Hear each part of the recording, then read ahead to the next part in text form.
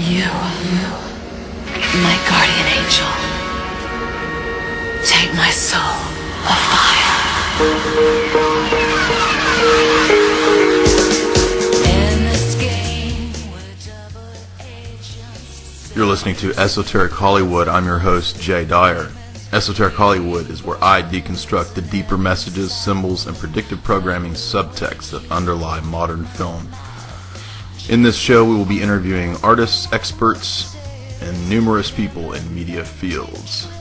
This will all be based on my years of research in comparative religion, propaganda, psychological warfare, secret societies, and espionage. Esoteric Hollywood decodes the biggest movies in an unparalleled way, from the classics of the silver screen to today's blockbusters. Learn to watch film with completely new eyes as we enter Esoteric Hollywood.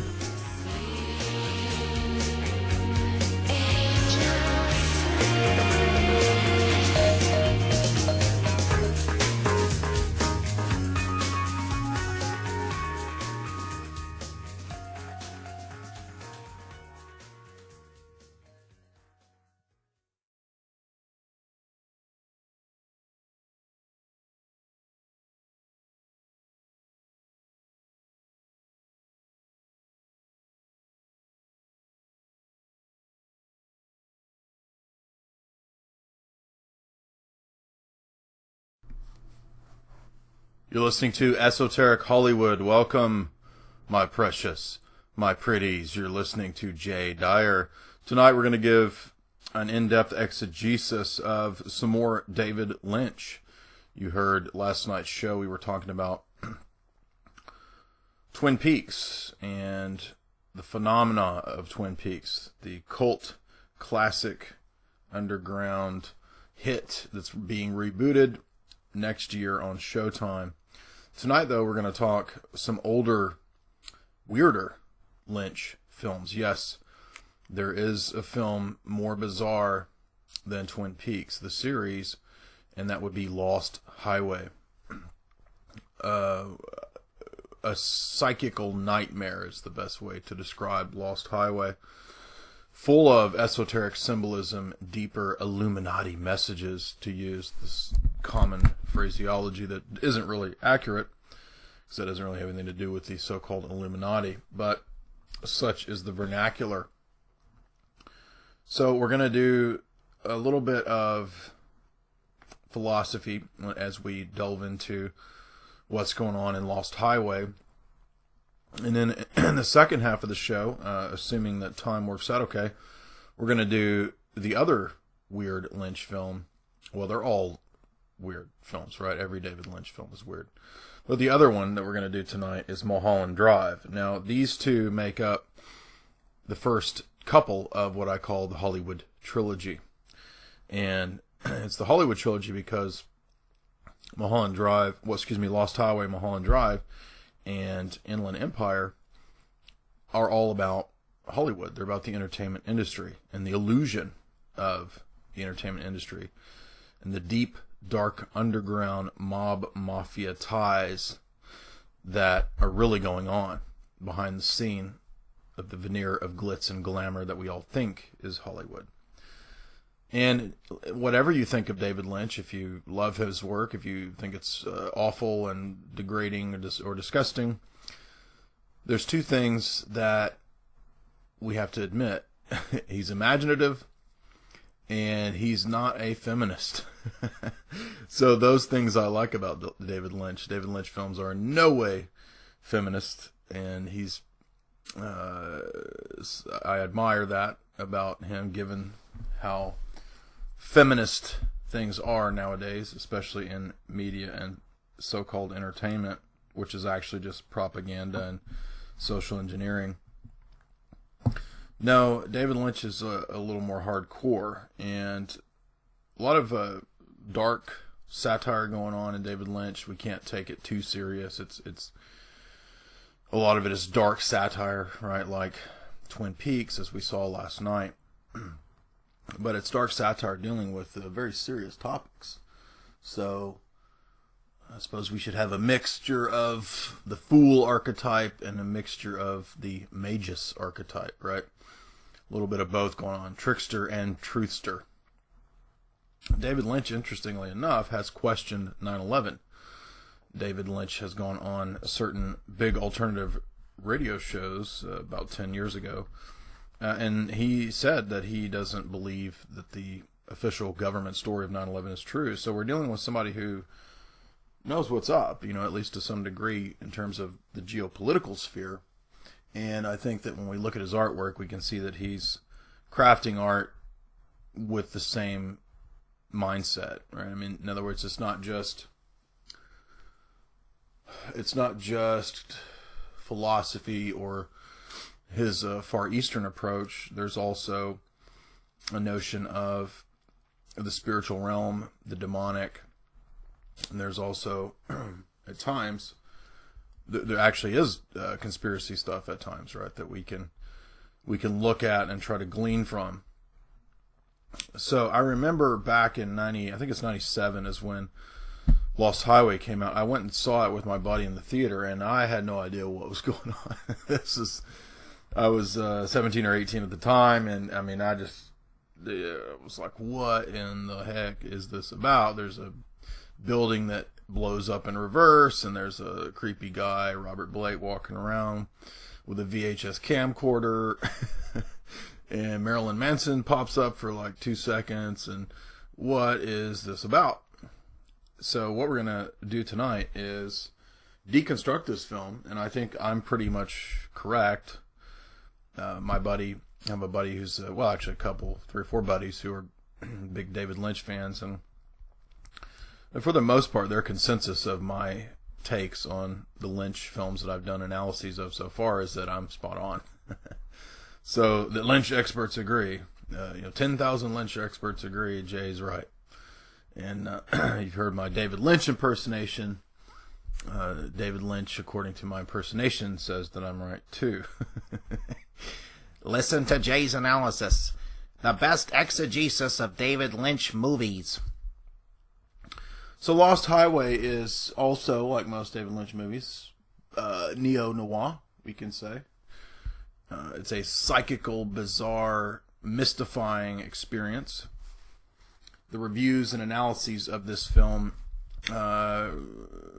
pretty much abound with endless questions and speculations, and they often fail to transcend the most basic levels of something like this is Buddhism, or this is a dreamscape, right? Which is obvious with David Lynch movies. Now, when we connect it, though, with other David Lynch films, and I hinted at a little bit of this last night talking about Twin Peaks, these elements are clearly present, but remaining on this level, it fails to really plumb the depths of the more esoteric and subtle underlying motifs and symbols that I think further integrate what we might call the Lynch Canon.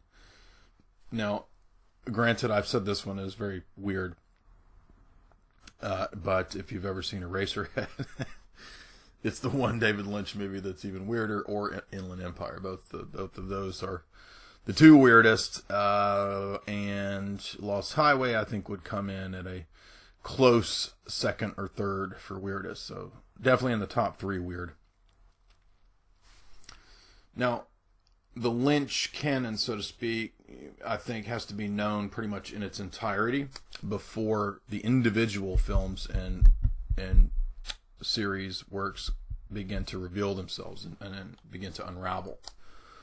And so Lost Highway then is, I think, a convenient starting point, either there or Wild at Heart, for analyzing David Lynch movies, because it initiates what a friend of mine, as I said, calls the Hollywood Trilogy. So you could go from Wild at Heart and then to Lost Highway and then Mulholland Drive, and I would give it a little while before trying to do Inland Empire if you're wanting to delve into the David Lynch canon. But in contrast to Wild at Heart or Blue Velvet, the loosely termed Hollywood Trilogy focuses on the dark side of corruption in the so-called film industry, right, which is more of a mob run type thing. Lynch films are not merely dreamy Zen meditations on Americana and corruption and well, satire. But they're also long, dark journeys into the dark side of the unconscious. And this envelops, I think, the viewer in something more ominous than satire or tales of pulp crime. We're actually going into the psychosphere. And that's what we see in surrealism. Surrealism is the movement, artistically speaking, where you believe that the dream state blends seamlessly with the waking state.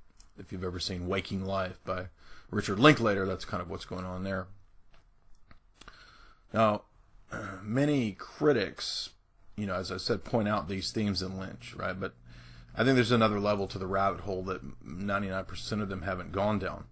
And that's that Lynch films are not merely meditations, right? But we're looking into a profound surrealistic revelation of the dark side of something far more ancient, right? And as we said before, and I don't mean to keep harping on this, but it is accurate. It's functioning like a shamanic journey into the cosmic primeval mysteries. And that's what we talked about last night with Twin Peaks, because that's pretty much the role of Agent Dale Cooper, played by Kyle MacLachlan. So the best description, if we could give, for Lost Highway, I think would be neo-noir occult psychodrama. It's my own title there. And the telling of the story, it's non-linear, but it's heavily influenced, as we've seen before with Twin Peaks, by classic 40s film noir. And Lost Highway is influenced as well by Zen, Jungian dreamscapes. But for this deeper occultic type stuff, I think it's necessary to understand that the stories are presented in an interlinking duality. And that's what we're going to see with both this and Mulholland Drive, which is why I've included both films together in a duality within this own radio show. Zen philosophy is, of course, concerned with dualities and transcending these dialectical dualities as ultimate principles, as well as within the individual's own particularized psyche. And so the relationship of the one to the whole is a fundamental aspect of this philosophy. Zen is therefore a quasi-religious philosophy, I would say, that concentrates on ultimate metaphysical principles known in philosophy historically as the problem of the one and the many. Now, if you've heard my Plato lectures, I go into this in depth, and I explain how this is fundamental for understanding reality itself. And you can check those out at jaysanalysis.com, where you can subscribe for $4.95 a month to my philosophy lectures. But for David Lynch, I think these philosophical questions are not mere abstract philosophy. They also relate directly to the psyche, and the psyche in its conscious and its unconscious / sleep states. The astral realm, as we saw with Twin Peaks and Agent Dale Cooper's journeys into the astral realm, where he's able to read synchronicities as they appear both in the dream state and in the waking state, leading him ultimately not just to solve the crime, but unfortunately to go down the dark path. You're listening to Esoteric Hollywood. I'm your host, Jay Dyer of jaysanalysis.com, and we're deconstructing two David Lynch films tonight, Lost Highway and Mulholland Drive.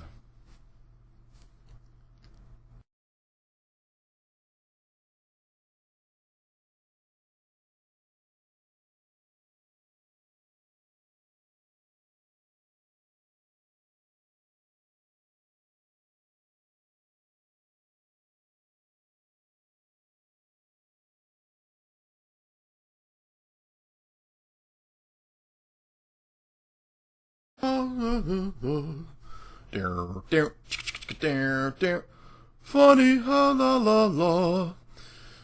Welcome, you're listening to Esoteric Hollywood. I was trying to remember the David Bowie song in Lost Highway, but I can't remember how it goes, but it's something like that.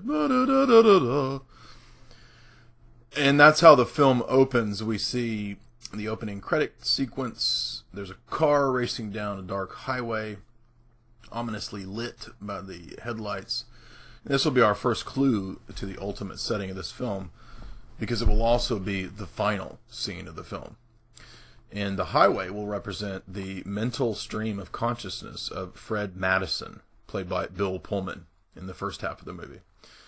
And what he's experiencing, I think, is that the truth of his life and his actions will begin to manifest in a cyclical dream world experience. So Fred is on a journey into madness. That's hence his name, Fred Madison. Now, the murder of his wife, Renee, played by Patricia Arquette, and 2 other people, will be due ultimately to his vengeful jealousy that has led to a dissociation and a split in his consciousness, as well as his darker side becoming possessed. Sound familiar? Well, it sounds like exactly what we saw in Twin Peaks with Leland and Leland's daughter, Laura Palmer.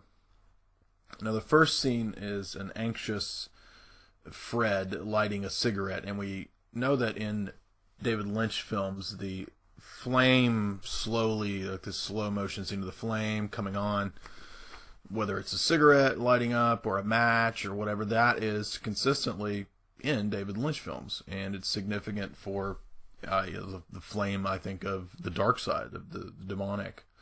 It's a staple of Lynch films, and it signifies, a foreboding evil presence that's about to emerge. One thinks here of something like Wild at Heart, where you see this, and the film version of Twin Peaks, Fire Walk with Me. This is the Fire Walk. As we said, we read the poem last night from Twin Peaks, which is this shamanic sort of fire walking ceremony type thing, where the shaman does his incantation about one calls out between the worlds, fire walk with me.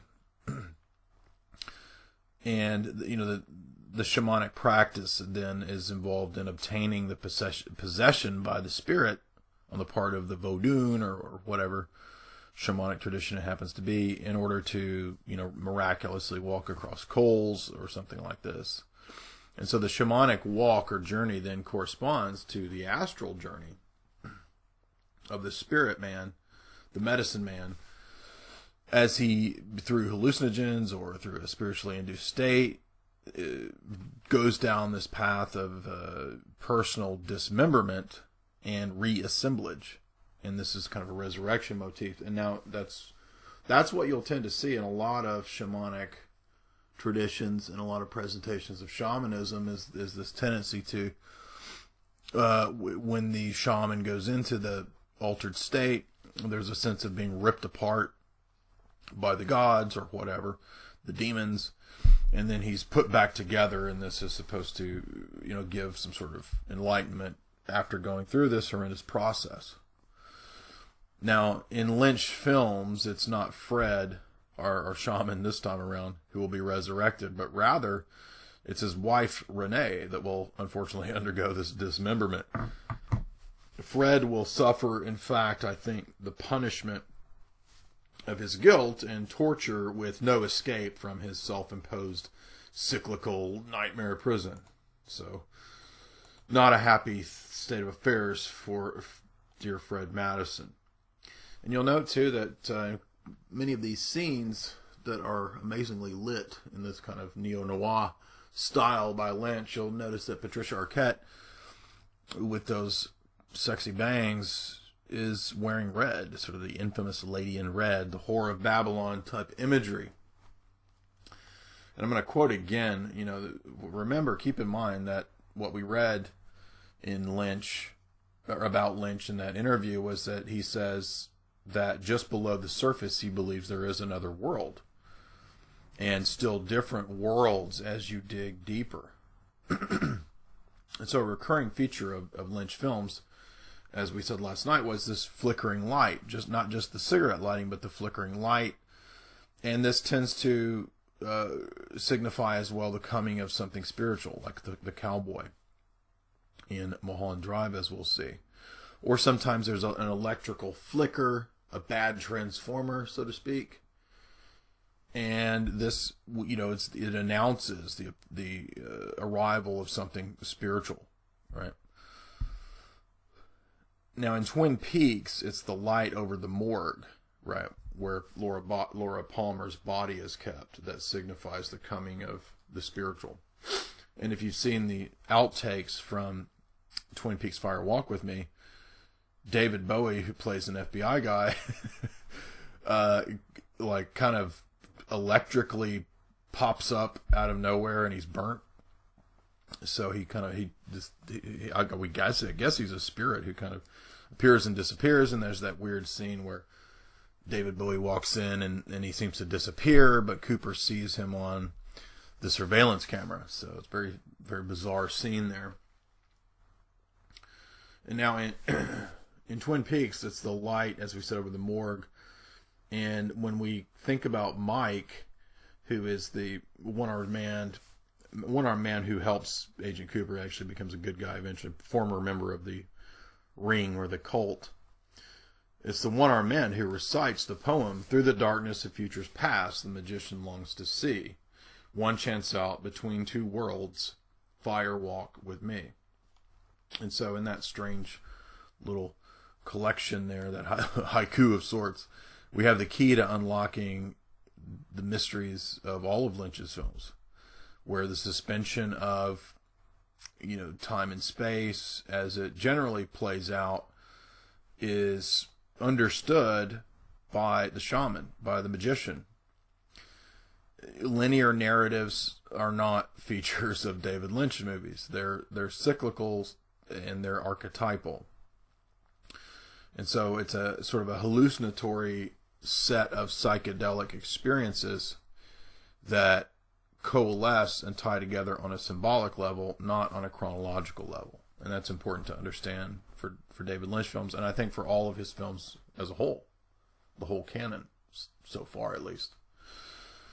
And so Lynch's realization that there are two worlds, and then a place to stand between them, and then the shamanic type person, the visionary, the prophet, is the one who can walk between two worlds, can firewalk, so to speak. And that's the mystery behind the mystery. And I think this forms the solution then for trying to understand what's happening in Lost Highway. The shamanic and magical elements are here in full force, where Fred is a character trapped in a different psychical world that seems to unfold and envelop other psyches, as we will see. So Fred walks to his front door at the beginning, and we hear sirens, and we hear a voice say, "Dick Laurent is dead." Now, the first key to my analysis of this film is that this cyclical mental prison that he's trapped in, that the end of the film shows to, we'll find out who that voice is speaking. It's Fred himself.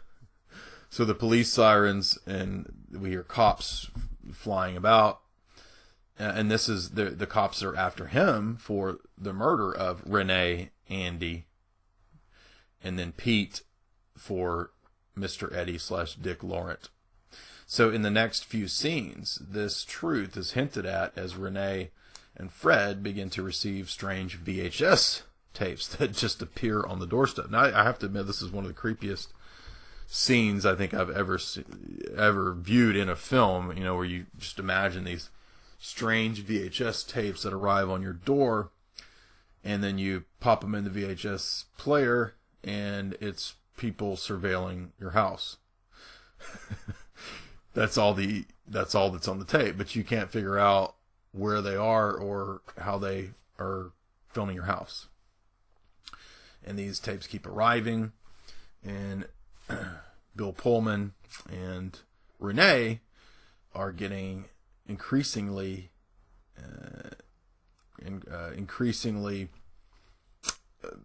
worried about where these VHS tapes are coming from and who's surveilling them.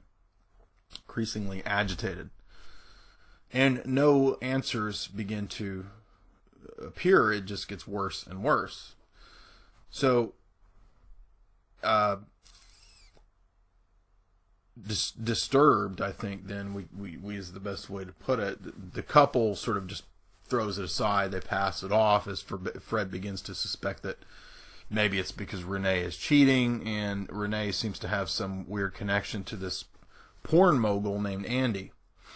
So this is beginning to agitate Fred even worse than just being under apparent surveillance from mysterious persons leaving VHS tapes on the door. And things are going from bad to worse for Fred. You're listening to Esoteric Hollywood. We're breaking down Lost Highway by David Lynch, and then we're going to break down Mulholland Drive in the second half. So stay tuned at TalkNetwork.com.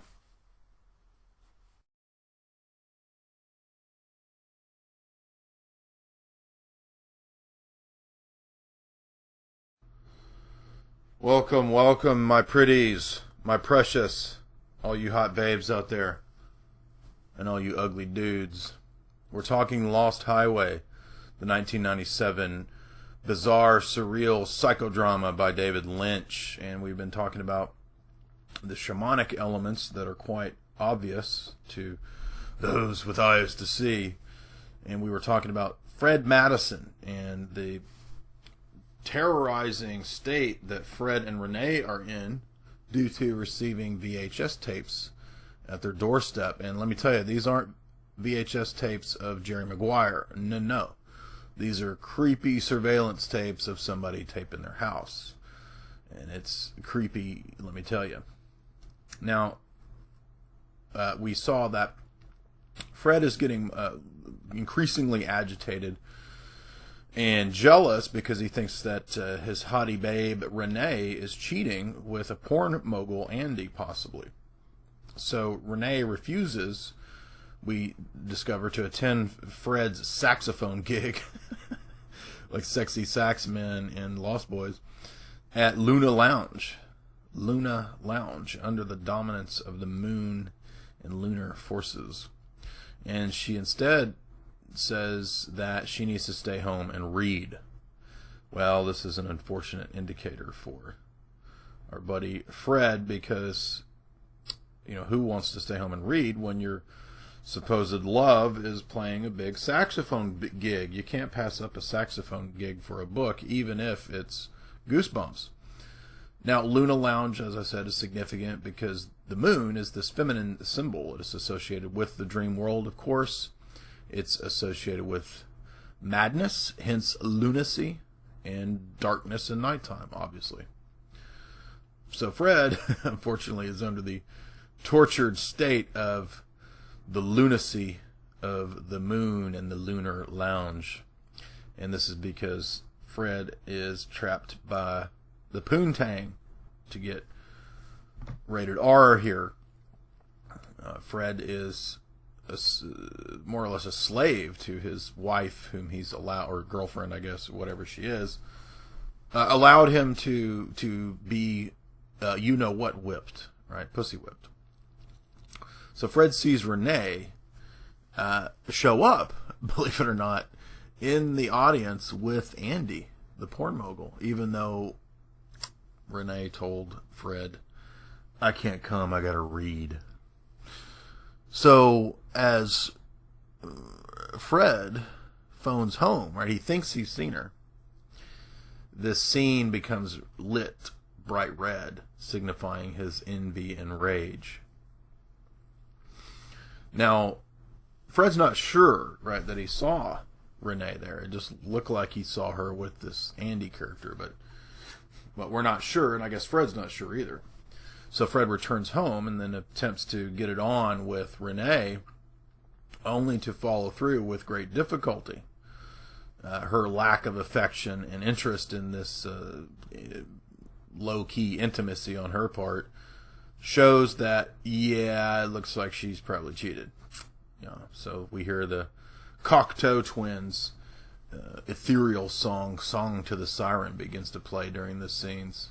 Did I dream? You dreamed about me. Yeah. So we know that we're talking dreamscapes here. We're looking into Fred's subconscious. And this signifies, again, that this is a nightmare world. So Fred dreams that night that he cannot find Renee in his house. And so we don't know if we're a dream within a dream, probably. But Fred bumbles about looking for Renee, and she doesn't appear to be there. Now, he's immediately confronted as he's walking through his house by this strange presence of a camera that frightens him. So we have a breaking of the fourth wall, where Fred Madison seems to look at us, the viewer, right? And this is called the breaking of the fourth wall. And we also get the impression that that it's either us and or the man in black. Who is the man in black? Well, we know about the man in black from the mythology of UFOs and so-called aliens. In this film, the man in black is actually going to be, I would argue, the devil. I don't think it's too difficult to make that case. It's pretty obvious, I would say, that the man in black, played by Robert Blake, is the devil. Now, the meaning, I think, of the jumbling up of dream worlds that Fred is lost in is precisely that it's just a jumbled dream world that Fred's lost in. That's why it's a little hard to put it into a chronological sequence. And in this dream state, when you see smoke appear, when the fire begins to roar, and the face of the man in black then suddenly appears in the face of Renee, his wife. So Fred begins to project the devil onto his cheating wife. And the man in black, we will begin to discover, has been given a foothold into Fred's consciousness through Fred's anger, hatred, and revenge. And so I would say, like, man, in a Jungian archetypal sense, the house is Fred's mind or psyche or soul. The rooms are the memories that store the events in his life. And Fred's house is thus his mind. The entrance of the devil at the beginning, is the beginning of the cause then of Fred's suppressed guilt, madness, and his personality splitting. And we're going to find out why his personality splits, because Fred pretty much loses it. And it's Fred's displaced guilt for murder that's placed onto Renee, which is why he sees the devil in Renee's face. So it's important to note, I think, that in Fred's dreams, he's walking deeper and darker hallways and then into the bedroom, because this was the site of what we'll discover is Fred's murder. This is the scene of the crime. And so this is him going further into his subconscious, uncovering the truth that he has committed the murder and has suppressed this memory. Now, this breaking of the fourth wall notion is curious too, because this is not something you see often in film. And what it seems to signify here, I think, touches on that notion that I mentioned last night with Twin Peaks, which is the possibility that all of Lynch's films are connected. You have this interconnected world where everyone's subconscious, as well as the realm of the imaginal, the imagination, which is where art comes from, right? They're images from the imagination. The Lynch sees these as all connected. The dream world is not just your dream world, but everybody's dream world. And that's because it's the psychosphere, it's the astral, ethereal realm. And so that's why Lynch can consider the possibility that even though Fred Madison is a fictional character, perhaps there's a dimension, so to speak, which would be somebody's subconscious, maybe Lynch, where Fred Madison dwells. Now, I don't know, I can't prove that. I'm just speculating here that might be why we see a connection between the different Lynch stories across the board, where maybe Wild at Heart connects to Twin Peaks, or perhaps where Wild at Heart connects to Inland Empire, things like this with Laura Dern. And here, that could be a significant reason for Fred Madison breaking the fourth wall and looking at us, the audience. So, the next VHS we discover the next morning that arrives is a little more frightening. It shows a camcorder, and this time the camcorder actually enters the house and it films Fred and Renee asleep. So here Fred's popping in a VHS, and the VHS is somebody who walked in and filmed them the night before while they're sleeping. So Fred is freaked out, obviously. He's getting mad, so he insists that Renee watch it. She doesn't really want to. But his insistence demonstrates, I think, that possibly it's him that's the likely culprit. And so when the cops arrive, they begin to be suspicious that Fred is the one behind the threat. And, you know, we get the impression, oh, perhaps Fred, out of anger and jealousy, is the one who's organized this surveillance thing, right? He's the one that's done the VHS taping to freak out Renee for cheating. But Fred doesn't remember it because he's possessed. He's got a split in his consciousness. So that's why he's freaked out. He's legitimately freaked out, right? Now, when the cops arrive, right, they're suspicious, and they, of course, think, well, that Fred's the one who's doing it. And, you know, in reality, we don't really know for sure, because some elements of this are a dream state, and some of it appear to be real in regard to this videotape. But what we do know is that Fred wants Renee to feel threatened, all right, that she's under surveillance because of infidelity. And so we have this theme of panopticism here, of perpetually being surveilled, watched, and recorded. And if you know about panopticism, as I've mentioned in previous talks, this goes back to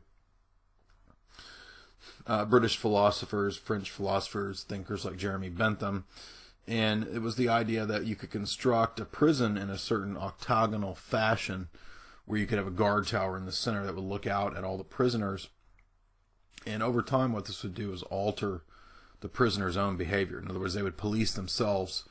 They would self-regulate and self-censor because they believed that they were under constant surveillance, and they may or may not be. You can have the tower could be blacked out or something where, you know, you can't see in, but you can see out. So who knows whether you're being surveilled or not? But over time, if you believe that you're perpetually being surveilled, you're going to police yourself, and that's where we've come in our modern era. I think this is the real reason for all the leaks of what the NSA is doing, is intentionally to let us know that we're being watched, and that's so that we'll police ourselves. You're listening to Esoteric Hollywood. We're breaking down Lost Highway and Mulholland Drive, creepy films from David Lynch. Stay tuned. Don't.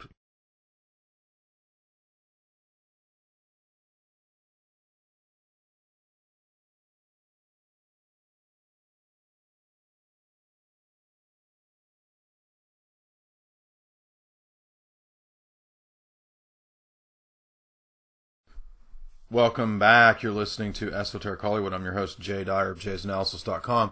If you like what you're hearing, go check out my film reviews, my film analysis at jaysanalysis.com. You'll see the tab there where I have, I think now over 100 film reviews and analyses that go really deep. Not Roger Ebert style, not Peter Travers style. We go hardcore. We get into the real stuff here. And you'll also see the tab there for subscribing to my philosophy lectures for $4.95 a month. I will decode and deconstruct the classics of Western philosophy for you. And there's quite a bit of an archive that's built up there that you can access for not very much money at all. And you're getting, college and graduate level education materials for $4.95 a month instead of paying $2,000 a class at a state university to get a piece of paper from a system that's scamming you to begin with. Why not just get the information for $4.95 a month, right? From somebody who made the mistake of going to the establishment to get the information. Now, we were talking about panopticism, the idea of perpetual, total, constant surveillance, the all-seeing eye of the surveillance state, and the notion of voyeurism and how that ties into the voyeuristic state. And in the film Lost Highway, panopticism plays a important role because Lynch is commenting not just on the character Fred Madison and his possible surveilling of his wife to freak her out because she's cheating, but also the nature of film itself and Hollywood itself, right? This is kind of a theme that Hitchcock dealt with in Rear Window, the rise of the surveillance state, voyeurism, and the camera itself as kind of a voyeuristic instrument. This is in Vertigo as well, where the main character, Scotty, is following Madeline around town, and he kind of likes that he can voyeurize voyeuristically voyeurize, right?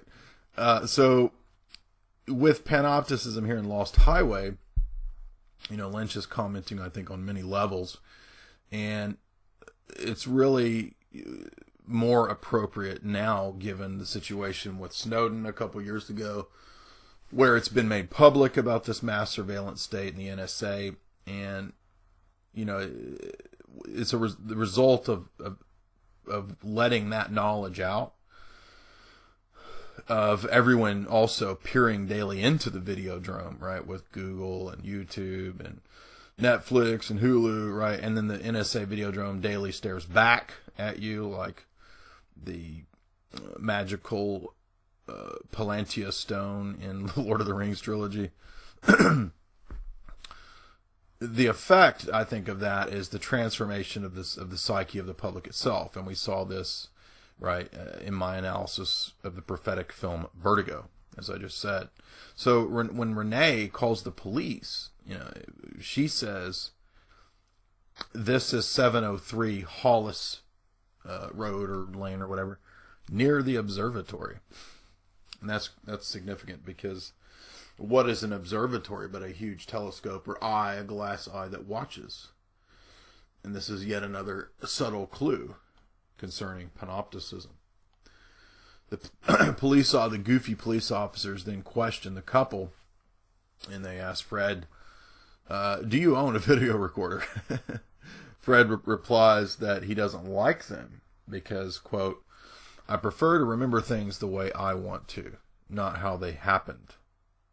This is a big clue to the film as well, because the film is Fred's victimized version of how he went mad. In other words, the movie itself is that, right? How the devil tricked him, and how Renee lied, and how his enemies deserved it. It's Fred's self-justification for his actions. And this becomes especially evident in the second half of the film with Pete, played by Balthazar Getty. But before we move there, we have to point out that there's this elite Hollywood party, this kind of eyes wide shut style scenario that Fred attends with Renee at Andy the porn mogul's mansion. Here, Renee flirts with Andy, and Fred sees this and is inflamed with jealousy, walks out in a huff, and of course he bumps into the man in black, right, the devil. And during this creepy conversation with the man in black, it's the man in black, we recall, who appeared also in Fred's house after forcing Fred to make a call to his own house. Now, this is the creepy scene that lets us know that we're dealing with something supernatural here, because Fred is told by the man in black that you invited me in your house. In other words, the devil couldn't just enter Fred's consciousness. He had to be willingly let in through Fred's volition. Fred discovers that it's Renee who used to actually date Andy. Uh-oh. And he comes home to find someone upstairs rummaging around in his bedroom. So it's Fred that is upstairs in the bedroom. As Fred gets there, right? So we're starting to figure out that it's Fred whose mind is split. And as the couple retires for the evening, Fred walks down that long, dark, black hallway of his subconscious. At the end of the hall, he sees himself in a mirror. And then we start to understand, oh, there's two Freds here. Dark Fred is the man in black who possesses Fred, the shade, and causes him to split in consciousness, emerging from the dark hall to kill and dismember Renee. Now, all along, it's Fred, right, that's being led deeper into this darkness, and this is signifying that his will is acquiescing to evil. And if you go to my analysis, you'll see some pretty, what I think are iconic images from this film of the man in black with the camcorder, right, and then peering into the abyss of the Videodrome, and the Videodrome abyss peers back at us, right? Now, following this sequence that we just spoke about, Fred awakens to find himself being interrogated by Renee's, being interrogated for Renee's murder, and then sentenced to the electric chair. So while he's in his cell, he seems to astrally project himself into this body of a young guy named Pete. Pete is potentially, in other words, these are people who are apparently at the point of death or dead, just dead, freshly dead, Pete and Fred. And we get the impression that the film is happening in the mental state of those who have just passed over or are passing over. And that thus they're tormented by their history and their actions, and possibly stepping into each other's bodies for a moment and so forth. Now, while in his cell and sort of sending his spirit into the body of this young guy named Pete, Pete begins to, he sort of opens up the second half of the movie. And this is where things change. But then we'll find out they're actually going to come back and reintegrate to the beginning of the film. Pete's a young, rebellious car repairman that likes to chase fast women, and he likes to cheat on his girlfriend. Pete, I think, represents several things, but primarily he's also the life that Fred wanted or idealized or sees himself having, right? This return to youth, being the young guy who's able to get all the chicks, and being the one who's cheating and not being cheated on. And so Pete inexplicably ends up in Fred's cell, symbolizing that he is beginning to be possessed by now Fred. Now recall as well that in Twin Peaks, it's Agent Cooper who ends up possessed, right? So this is not a theme foreign to David Lynch. Now Pete is then swept up into a tryst with a mob boss, Dick Laurent. And this tryst involves Laurent's girlfriend, right? Dick Laurent's name is also Mr. Eddie. Dick Laurent's girlfriend is this hot, sexy babe named Alice, who is the splitting twin of Renee, Fred's girlfriend, or Renee's twin. Now, this theme of doubling is then present again, and we see this throughout Lynch movies, especially Mulholland Drive or Wild at Heart. And given that Fred's imprisonment, included him seeing a doctor and being medicated, we can speculate that there actually might be some element of mind control here. Who knows? It's almost like Fred's been, because he's on death row, they can maybe experiment on him with forms of mind control. And so thus the drugging and so forth. Now, I don't know. I'm just speculating that, that could be what's going on here. We know that MKUltra did apparently involve inmates and people who were drug addicts and psych wards and so forth. Now, Alice, we come to discover, is working with the man in black, or at least according to Fred's perspective and his consciousness. And she's also working with Mr. Eddie / Dick Laurent as a porn star. So their circle is not just porn moguls and porn stars, but it actually begins to include this dark satanic element, we'll discover. So when Alice tricks Pete into coming to Andy's mansion to steal his money and kill him, we learn that it was all her plan all along with the man in black. So Alice, and that brings to mind Alice in Wonderland, right? Who is Renee's splitting twin, is also basically working directly under the devil. She's the femme fatale, and she lures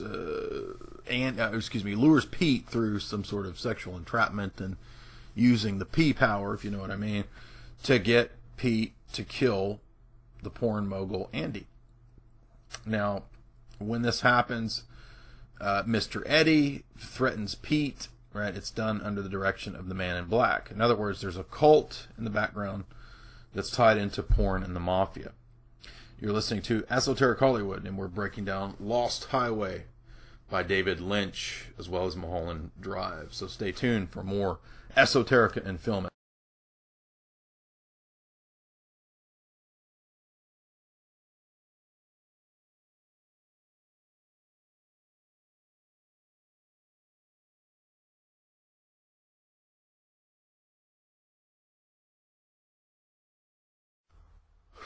Welcome back. You're listening to Esoteric Hollywood, and we are decoding David Lynch again.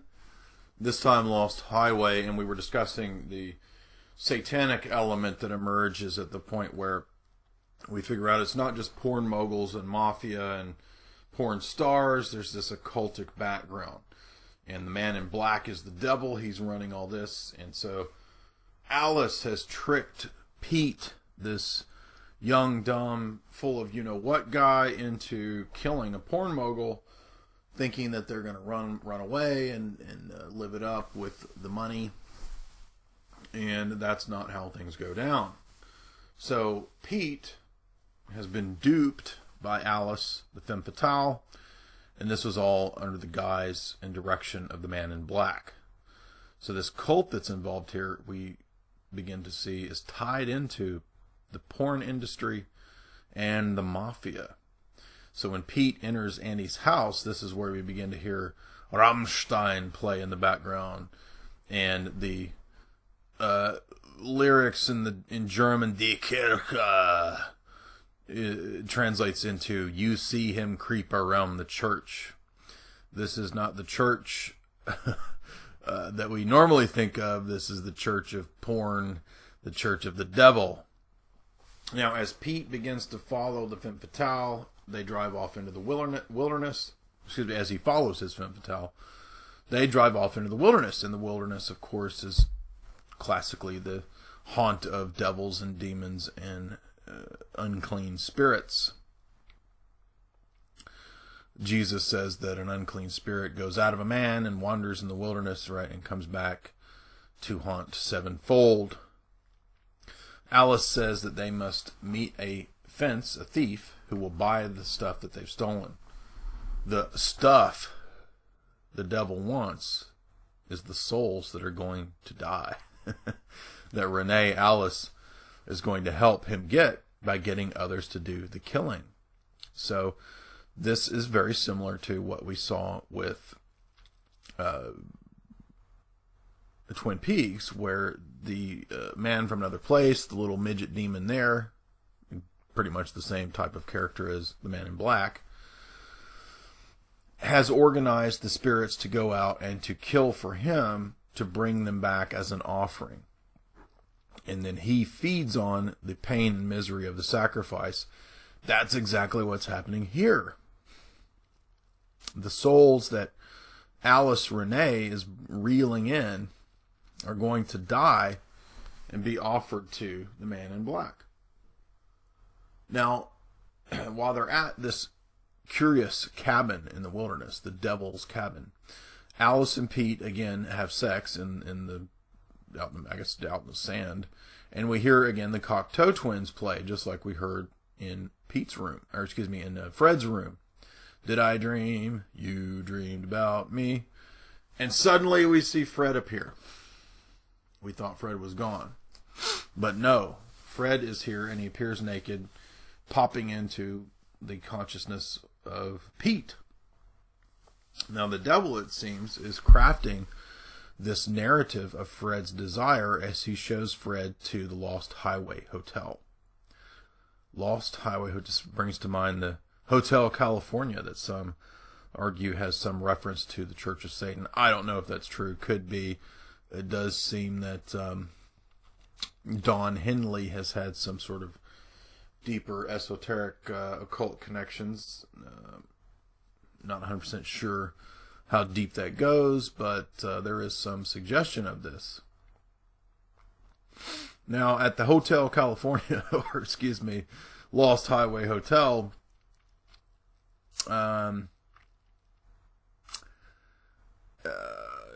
well, we have to pay attention, I think, here to what we see in the numerology, right? So here, Renee is cheating.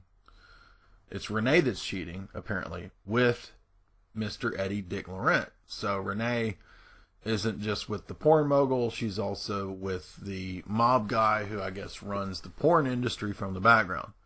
So Fred beats and kidnaps Eddie, the porn mogul, from room 23 of the hotel and takes him to the desert where the man in black watches. So it's actually Eddie Dick Laurent, who's going to be a sacrifice as well. And they hand him a small TV that shows him a porn party, right, where there's a circle that's gathered watching what appears to be a kind of snuff film. And here we see Marilyn Manson show up, and it's Marilyn Manson who is the sacrificial victim in the porn snuff film. So Pete, if you recall, was the first one who we saw out in the desert with a head wound. And it's when Fred entered Pete at the point of this head wound that suggests that, well, perhaps Pete is a departed spirit as well. Now, Pete doesn't remember what's happened to him or how he got there, how he got on the lost highway. But as the police follow him, we see more surveillance going on. Pete begins to suspect that another consciousness, Fred, has murdered him, or has possessed him, and is who is carrying out the murders. Now, the final desert scenes are thus, I think, Fred's vantage point of possessing Pete, and then discarding Pete after it's done, just like we saw with Bob in Twin Peaks, possessing and discarding people, like Leland, and then Agent Cooper. So Pete, it seems, was both a lost soul in the ether with a head wound, as well as Fred's victimized version of himself. The end is then Fred buzzing his own intercom to tell himself, at the beginning of the film, Dick Laurent is dead. So as he races away from the cop sirens that alarmed Fred in the very beginning, the final scene is thus Fred racing down the lost highway and going into a jerking sort of seizure, reminiscent of someone in an electric chair. Because we did learn, of course, that Fred was going to be put in the electric chair. So his very punishment for the murders is what we see at the end of the film. And thus, I think we can speculate that the story is Fred Madison's cyclical experience of his own downfall and moment of death at the electric chair, which then repeats as he races down the road.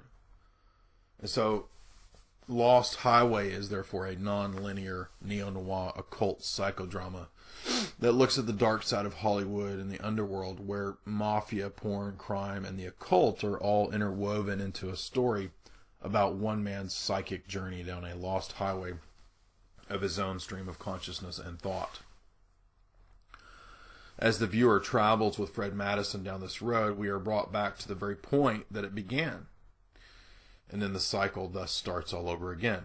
So packed with dualism, illusion, mystery, Lost Highway, I think, is about life. It's about the dark side of our own inner underworld, the subconscious, which Lynch, mystically links to others' subconscious, the collective unconscious. And if we fail to realize the reality of these evils and our own evils, such as even possession, which is unheard of in the modern world, in the West at least, right? And the mysteries of our unconscious as a reality and not just living in a sort of deterministic, materialistic world. If we don't remember those realities, then we're liable to be trapped like Fred in our own madness. His name itself, as I said, is a clue, Madison.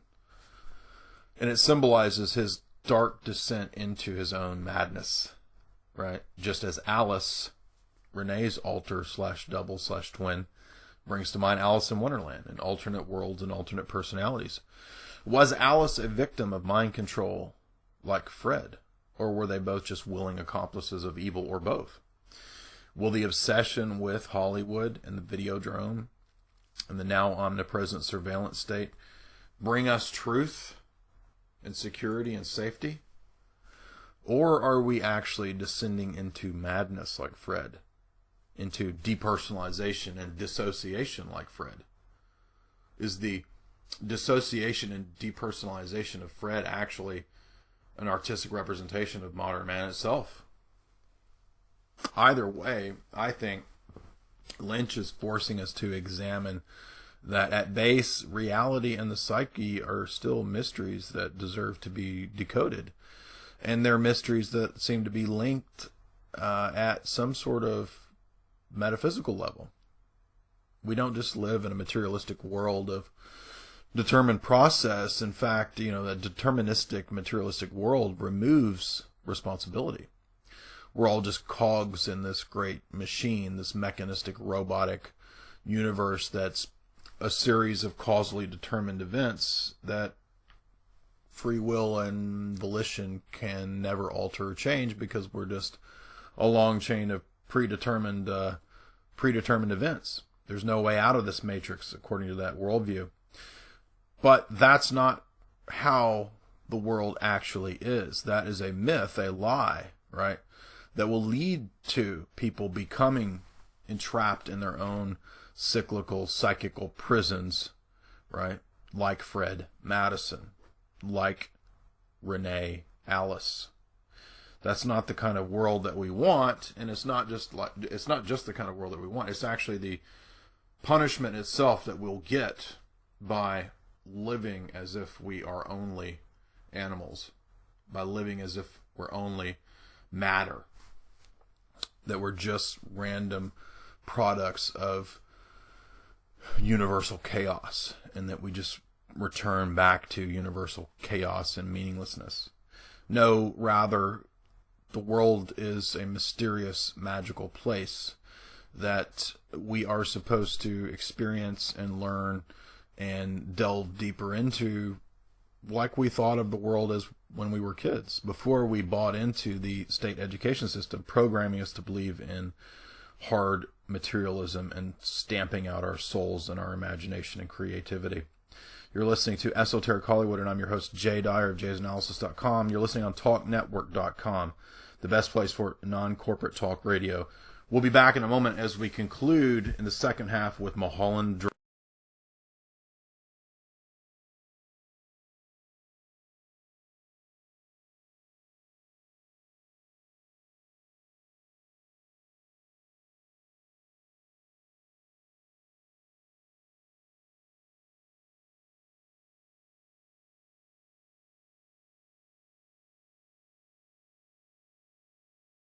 Welcome back. Welcome. You're listening to Esoteric Hollywood. I'm your host, Jay Dyer of jaysanalysis.com, and we're talking about two David Lynch movies that are very hard for most people to understand. They're very difficult to decode, and I can understand why, because it was really only when I got into my 30s that I felt like I had the background and the education and depth, philosophically and religiously speaking, to really get a grapple on the world of David Lynch's interconnected symbols and imagery. And I think I have a pretty good thesis on what's going on.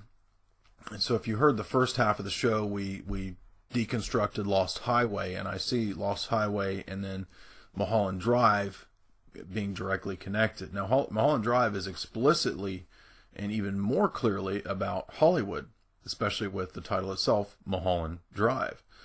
Now, a lot of noir classics like Chinatown, which dealt with the California water wars, which was actually a real thing, there's a lot of symbolism that interconnects these kinds of films, right? So Mulholland Drive is actually named after a figure, Mr. Mulholland, who was one of the key figures in the California water wars.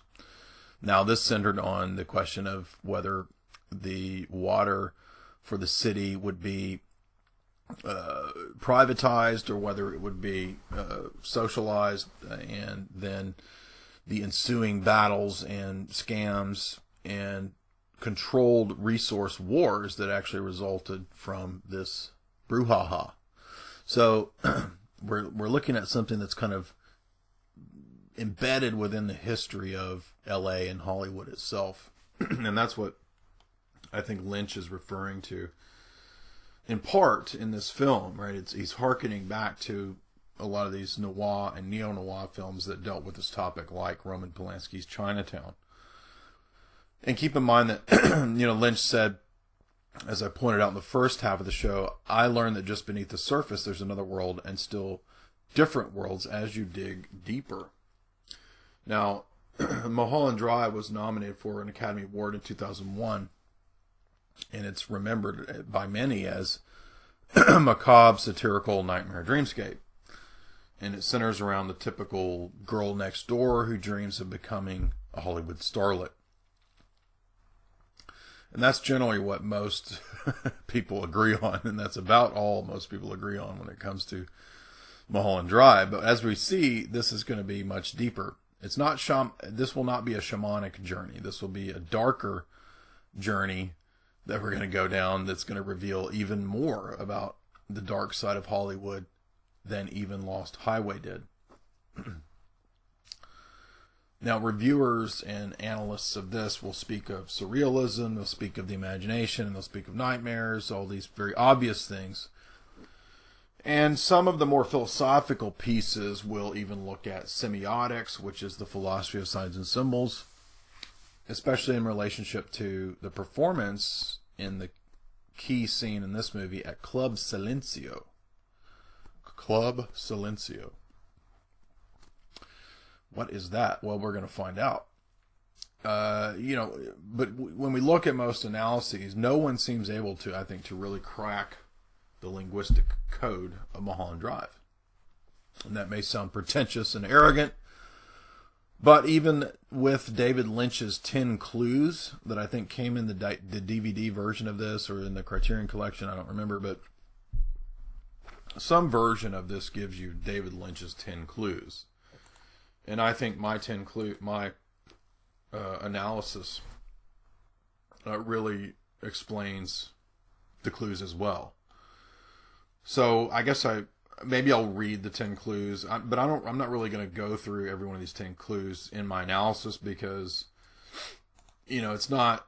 I mean, they're helpful, but I really think that you don't even have to have these 10 clues to figure it out, really. But David Lynch says, pay attention to the beginning of the movie. There's 2 clues before the credits. Now, the clues before the credits is related to Betty and the old people that appear to be Betty's mind control handlers, maybe. I don't even know what to call these people. But the jitterbug bug contest that we see at the beginning, Betty wins it. And clue 2, notice when there's a red lampshade. Now this will be the Hollywood's Byzantine conspiracy here will be connected to the red lampshade, because whenever the red lampshade comes up, we're usually looking at some kind of fantasy sequence. Clue 3, can you hear the title of the movie that Adam Kesher is auditioning actresses for? And now the clue is, of course, the Sylvia North story, which is if I recall, this is an actual movie that was made in the 40s or 50s. I'm going from memory here, but it's just one of these noir things that's, the damsel in distress who falls into, the damsel who falls into the dark side of Hollywood type stuff, right? Lynch's clue number 4, there's an accident, a terrible event, and notice the location of the accident. And this is, if I recall, 6980 Mulholland Drive. Who gives a key and why? Lynch asks. The hitman, the blue key, right, confirms that the deal is done. It's not that big of a clue. Notice the robe, the ashtray, and the coffee cup. I'm not really sure what we're supposed to make of those, but what is felt, realized, and gathered at Club Silencio? And when you read people's analyses online of this clue, they'll say love, unrequited love, pain, tears, blah, blah, blah. What's realized is that the dream isn't reality, lies, Hollywood is fake, it's a dream. Did talent get Camilla where she needs to go? No. It's not about talent. Now, then there's notice occurrences surrounding the so-called man, which is kind of a demon, behind Winkies. Well, it's smoke and it's a demon. Where is Aunt Ruth is Lynch's 10th clue. And I'm not sure what we're supposed to think about Aunt Ruth as a ghost or something.